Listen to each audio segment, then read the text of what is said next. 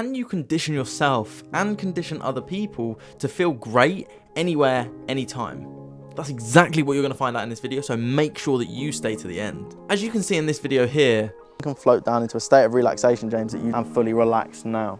And James, as you notice how relaxed you feel now, it feels like it's light relaxing in your head now, and as you relax you can feel that light relaxing feeling in your mind, and the outside noises, they actually just relax you more. The more you hear those noises, the more they actually relax you now, as you feel yourself relaxing that much deeper now.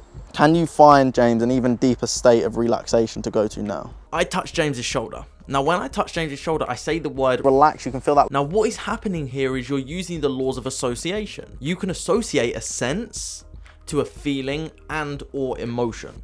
For example, if you smell your ex-partner's perfume or their aftershave, naturally, it will remind you of them.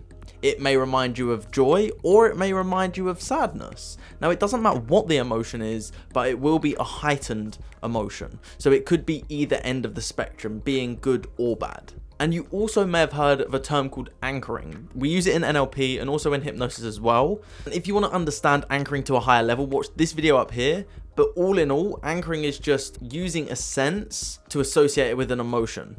And it's also known as conditioning as well. And that's why I'm just doing this video to explain exactly how external conditioning with other people can work if you want to give them good and positive outcomes. If you do use this, please, disclaimer, only ever use this for good, not evil, because it's very dangerous. If you use it in the wrong way, you can give out negative emotions which will make people feel extremely bad and they don't know why.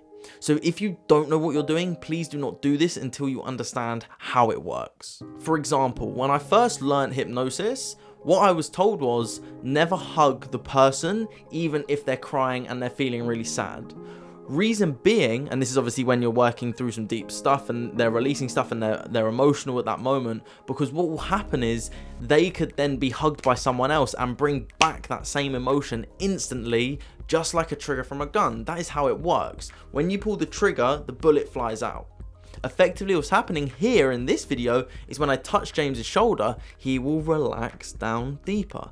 Anytime I touch his shoulder, he will relaxing that much deeper. So when you associate a feeling or a touch with an emotion, then you can elicit, and elicit just means bring out and expand and heighten how it feels very easily. And just as I gave the analogy as a trigger from a gun, it is the equivalent of pressing the unlock button on your car and your car unlocking. It is the equivalent of pressing this and the key popping out.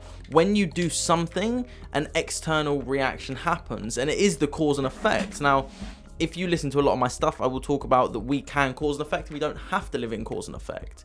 But if we can empower ourselves easily, and you literally had a button that said confident, a button that said abundant, a button that said happy, a button that said free, a button that said adventurous, you would do whatever it would cost to get that button, I'm sure. And effectively what I'm telling you is we can have those buttons.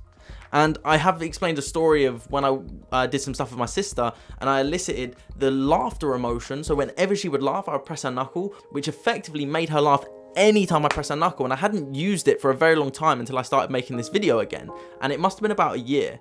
And the other day, I pressed her knuckle again and immediately burst back into laughter. So what that shows is these states can completely overwhelm us if they are negative, but they can also be overridden. You can override the old emotion to replace it with a new emotion if you allow someone to do that. And if you want any more information on this, drop me a message, but also subscribe.